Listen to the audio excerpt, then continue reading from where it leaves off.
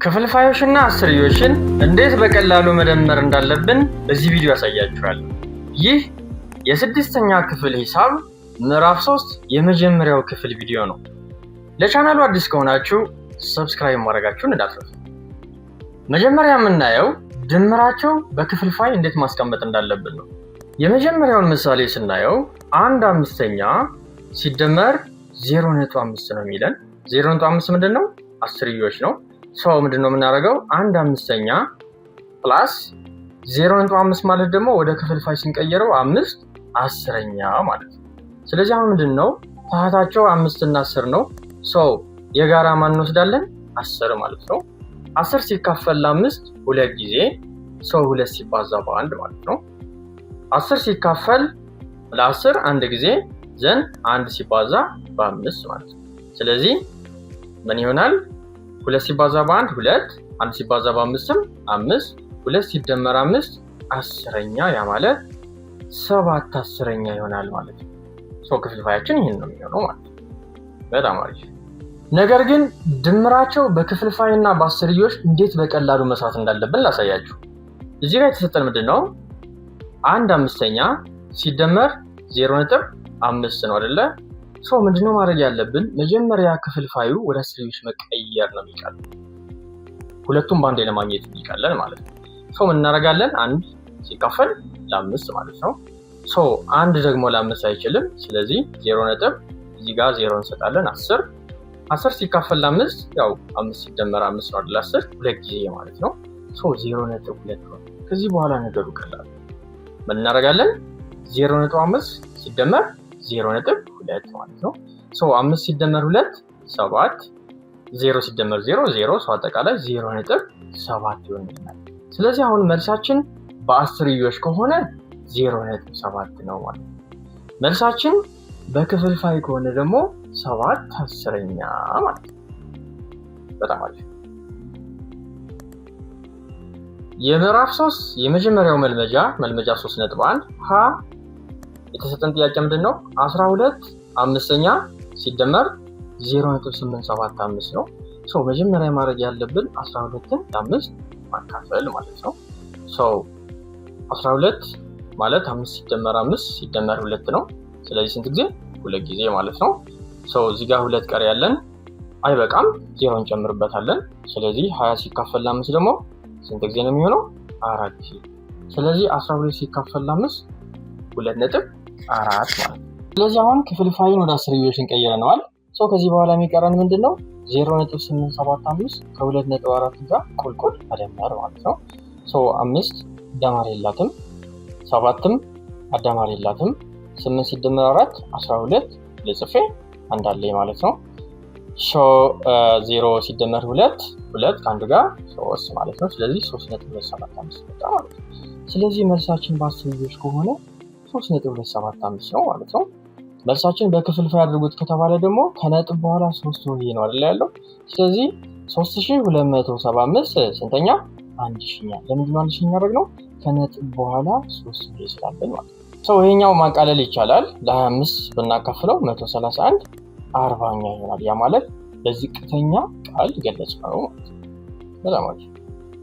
እሺ ለደግሞ የተሰጠን ጥያቄ 7/20 ሲደመር 31.32 ነው። ስለዚህ ማድረግ ያለብን አሁንም 7ን ለ20 ማካፈል ነው። ሰው 7 አይችልም፣ 0 ነጥብ። ሰው እዚህ ጋር 7 ይሆናል። 7 ደግሞ ለ20 ስናካፍለው 3 ጊዜ አይደል? 3 ጊዜ ቀሪ እዚህ ጋር 10 አለን። ሰው አሁንም 10 ለ20 አይበቃም። ስለዚህ 0 እንጨምራለን። 100 ሲካፈል ለ20 ደግሞ ስንት ጊዜ ነው? 5 ጊዜ።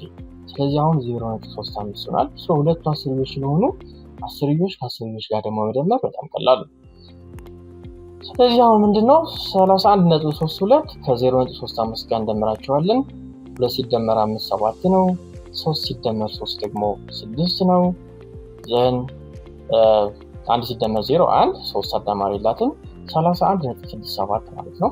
ሶ መልሳችን በአስርዮሽ ከተባለን በቃ 31.67 ይሆናል ማለት ነው። ሶ በክፍልፋይ ከተባለን ደግሞ 3167 መቶኛ። ለምን? ከነጥብ በኋላ ያለው 2 ሆሄ ብቻ ስለሆነ ማለት ነው። በጣም አሪፍ። ኦኬ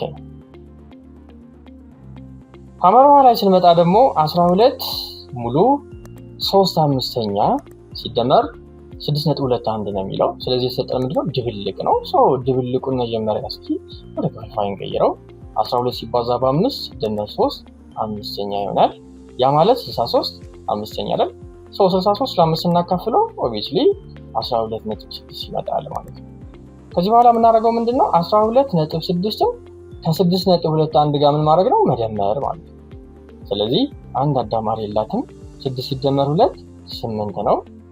ነጥብ አሁንም 2 ሲደመር 6 8 አንድ አዳማሪ የላትም። ስለዚህ 18.8 አሁን መልሳችን በአስርዮሽ ከሆነ የሚሆነው obviously 18.81 ነው ማለት ነው።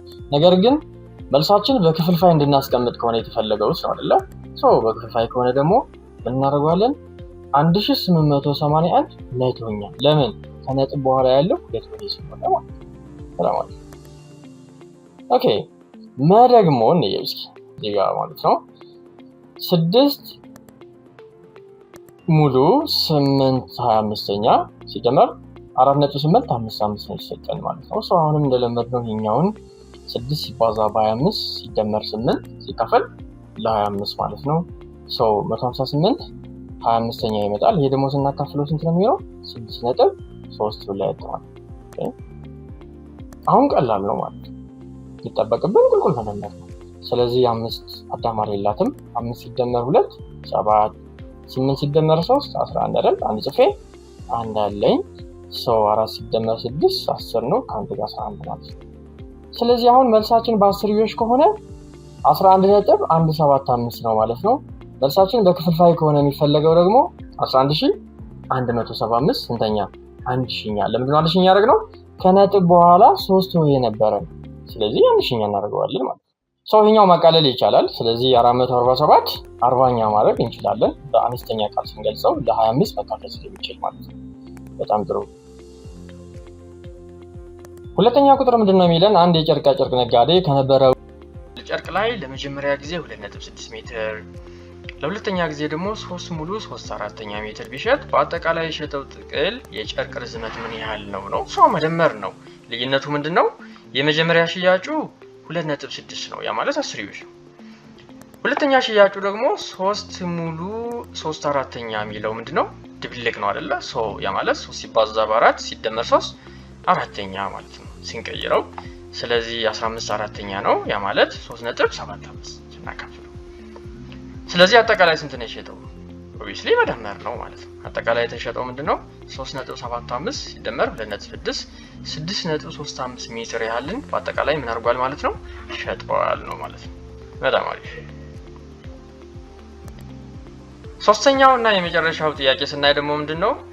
ሀውድ ለጓደኞቿ 2 ሙሉ 1/4ኛ ኪሎ ግራም ሙዝ፣ 3.5 ኪሎ ግራም አቮካዶ እና እንዲሁም 5.25 ኪሎ ግራም ብርቱካን ሰጠች ነው። ስለዚህ በአጠቃላይ ለጓደኞቿ ምን ያህል ሰጠች ነው? መደመር ነው ማለት ነው። ስለዚህ እዚህ ጋር ሙዝ 2 ሙሉ 1/4ኛ ማለት 2 ሲባዛ በ4 ሲደመር 1 ያው 9/4ኛ አይደል? ሲካፈል 2.25 ይመጣል። አቮካዶ ደግሞ 3.5 ነው። ብርቱካኗ ደግሞ ስንት ነው? 5.25 ማለት ነው። አሁን ሶስቱም አስርዮሽ ናቸው። ምን ማድረግ እንችላለን? መደመር ማለት ነው። አጠቃላይ 2.25 ሲደመር 3.5 ሲደመር 5.25 አጠቃላይ 11 ኪሎ ግራም ነው ለጓደኞቿ መስጠት የቻለችው ማለት ነው። ኦኬ በጣም አሪፍ። የስድስተኛ ክፍል ሂሳብ ምዕራፍ 3 የመጀመሪያው ክፍል ቪዲዮ ይህንን ይመስል ነበር። በቀጣይ በክፍል 2 ቪዲዮ እና በሌላ የትምህርት አይነቶች እስክንገናኝ ቸር ሰንብቱ።